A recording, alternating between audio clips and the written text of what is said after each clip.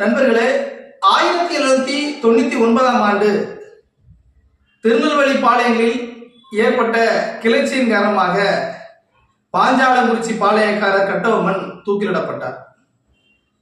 ஆங்கிலேய கிழக்கிந்திய கம்பெனி அதற்கு பின்பாக தன்னுடைய ஆட்சிக்கு எந்த விதமான அச்சுறுத்தலோ ஆபத்தோ நேராது என்று முடிவு செய்து ஆட்சி நடத்தி கொண்டிருந்தது. அவ்வாறு ஆட்சி நடத்தி கொண்டிருந்த ஆங்கிலேய கிழக்கிந்திய கம்பெனிக்கு எதிராக கழகத்தை மீண்டும் உருவாக்க வேண்டும் என்று போராளிகள் திட்டமிட்டுக் கொண்டிருந்தார்கள். அதற்கு அவர்கள் செய்த முயற்சி என்னவென்று சொன்னால், பாளையங்கோட்டை சிறைச்சாலையில் அடைக்கப்பட்டிருக்கின்ற பாஞ்சாலங்குறிச்சியைச் சேர்ந்த ஊமைத்துறையையும் அவருடைய உறவினர்களையும் சிறையிலிருந்து மீட்டுக் கொண்டு வருவது என்று முடிவு செய்தார்கள். அவ்வாறு